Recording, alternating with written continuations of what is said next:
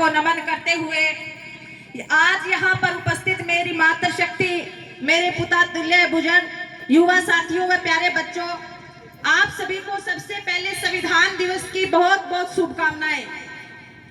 अगर मैं संविधान दिवस की बात करूं, आज हम 22 नवंबर को ये संविधान दिवस मना रहे हैं, लेकिन आप सभी को बता दूं कि 26 नवंबर को संविधान दिवस मनाया जाता है। आज हम 2 दिन पहले मना रहे हैं, क्योंकि हो सकता है बड़े बड़े कार्यक्रम हमारे देश के हर जगह पर होंगे, तो हम उस कार्यक्रमों में भी शामिल होंगे।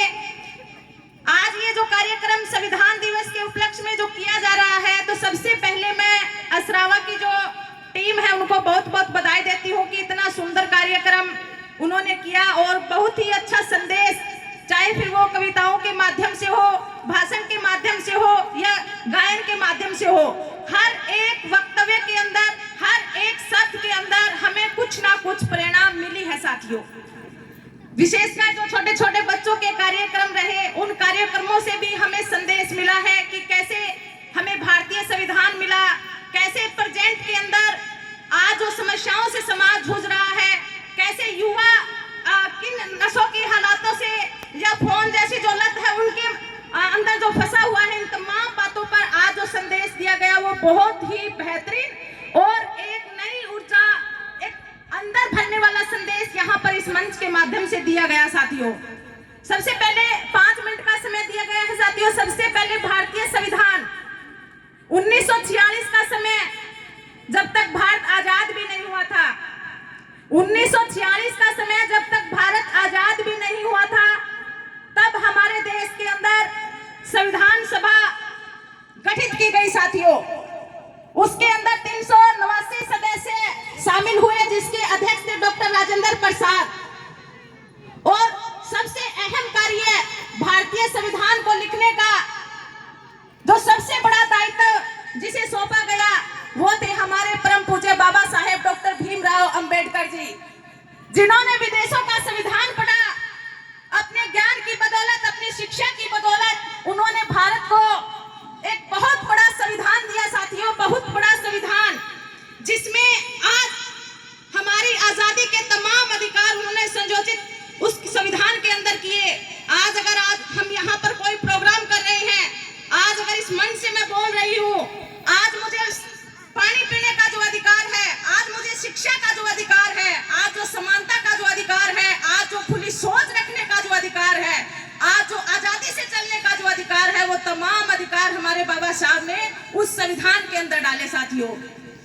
2 साल 11 महीने 18 दिन का समय लगा और आखिर में 26 नवंबर 1949 को हमारा संविधान अपनाया गया, जिसे 26 जनवरी 1950 को पूरे देश में लागू कर दिया गया।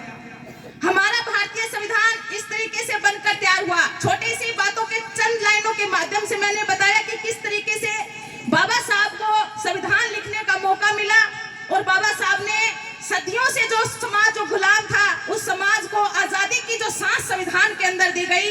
लेकिन साथियों, प्रेजेंट के अंदर बड़े दुर्भाग्य की बात है कि आज हमारा समाज और आज हमारा देश किस दिशा में जा रहा है। जैसे कि हमारी आदरणीय मैडम जी ने जो बात रखी कि देश के अंदर किस तरीके की व्यवस्था प्रेजेंट के अंदर चलाई जा रही है, कैसी विचारधारा इस देश के अंदर काम कर रही है।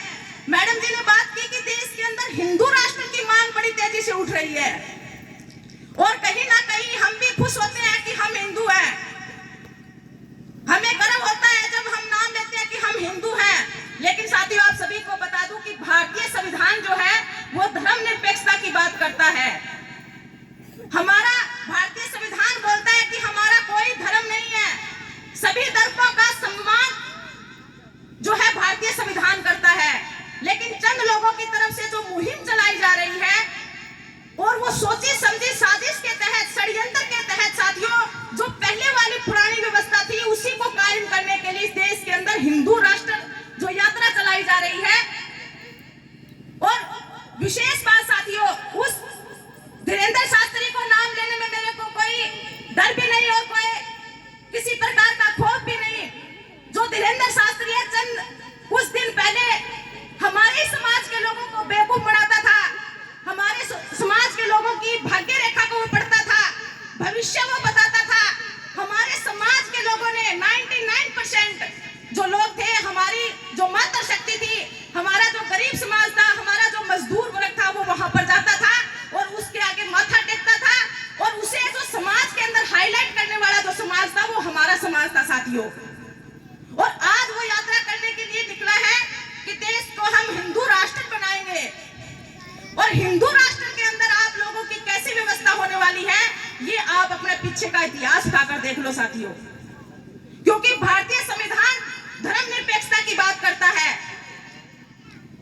कि सभी धर्मों का सम्मान इस देश के अंदर होगा, चाहे फिर वो हिंदू हो, मुस्लिम हो, सिख हो, ईसाई हो।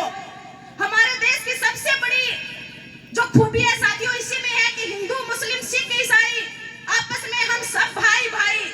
और ये जो हमारे देश की जो खूबी है साथियों, विदेशों के अंदर भी इस चीज का नाम लिया जाता है कि हिंदू, मुस्लिम, सिख, ईसाई आपस में हम सब भाई भाई। ये नारा जो जिसका उद्गम भारत देश से हुआ, लेकिन चंद लोगों की तरफ से हिंदू राष्ट्र की मांग की ओर उठ पड़ा है। अब अगर हम बात करें सोचने का विषय, अगर मुस्लिम जो वर्ग है, अगर वो डिमांड कर दे कि हम देश को मुस्लिमों की कंट्री बनाएंगे, अपना धर्म स्थापित करेंगे, तो देश के अंदर उसे आतंकवादी का नाम घोषित कर दिया जाता है। अगर कोई सिख करे कि हम अपने इस देश को सिख की व्यवस्था यहाँ पर स्थापित करेंगे, तो वो खालिस्तानी हो जाता है। लेकिन उस धीरेंद्र शास्त्री को तमाम जो सुविधाएं दी गई है, सिक्योरिटी दी गई है, तो ये जो प्रेजेंट की सरकारें हैं या फिर जो शासन प्रशासन है, जो मिली भगत इस समय चल रही है साथियों, संविधान के ऊपर जो वार चल रहा है, ये सबसे बड़ा गंभीर विषय है साथियों। दूसरी अगर मैं बात करूं तो एक एडवोकेट क्या, वो खास का एडवोकेट, उसने कुछ पढ़ा ही नहीं, कुछ जाना ही नहीं, उसने जो बोल रहा है कि भारतीय संविधान का जो निर्माता है वो BN राव है। ये एक बड़ा कंसेप्ट हाईलाइट किया जा रहा है देश के अंदर। समय समय पर ऐसे मुद्दे उठाए जाते हैं जो भारतीय संविधान के ऊपर वार करते हैं और आम लोगों का जो माइंड है उसको मैनिपुलेट करने की कोशिश की जाती है और गलत अवधारणाएं समाज के अंदर फैलाई जाती हैं। तो काफी दिन तक ये मुद्दा भी प्रचलित रहा खूब। मिश्रा नाम का कोई एडवोकेट जो बोल रहा है कि भारतीय संविधान के निर्माता BN राव है। अब मैं उस मिश्रा से भी बात करना चाहूंगी कि अगर BN राव ने संविधान लिखा तो फिर आप संविधान को कोसते क्यों हो, संविधान की प्रतियां क्यों जलाते हो, बाबा साहब अम्बेडकर को गालियां क्यों देते हो, बाबा साहब की स्टैचुओं को क्यों तोड़ते हो, अगर BN राव के द्वारा ही संविधान लिखा गया। साथियों, बाबा साहब ने जो संविधान हमें दिया और इसे कोई भी इनकार नहीं कर सकता कि भारतीय संविधान का निर्माता हमारे परम पूज्य बाबा साहब डॉक्टर भीमराव अंबेडकर जी थे। तो ऐसे ऐसे जो षड्यंत्र चलाए जा रहे हैं, ऐसी ऐसी जो चालें चल रही है प्रेजेंट के अंदर, भारतीय संविधान के ऊपर जिस तरीके से कुठारघात जो किया जा रहा है, हमें समय रहते पहचानना होगा साथियों। हमारे बाबा साहब या माननीय साहब काशीराम जी इस देश के अंदर दोबारा आने वाले नहीं है। जो हमें देकर गए हैं, जो कारवा बाबा साहब यहाँ खड़ा कर जो गए थे, आज हम नहीं कह सकते कि उस कारवा को हमने आगे बढ़ाया है। क्योंकि जहां तक हम देखते हैं, गांव शहर जहां पर भी, चाहे हम मातृशक्ति के साथ बैठक करते हैं या हमारे बच्चों के साथ हम बैठक करते हैं या युवाओं के साथ करते हैं, तो हमें नहीं लगता, कहीं भी ये नहीं झलकता कि हमने बाबा साहब के कारवा को आगे बढ़ाया है। हमारा जो कारवा है साथियों, बाबा साहब जो लेकर आए थे, जो खड़ा किया था, आज वो कहीं ना कहीं पीछे जाता हुआ हमें दिखाई दे रहा है। क्योंकि आज अगर संविधान पर बात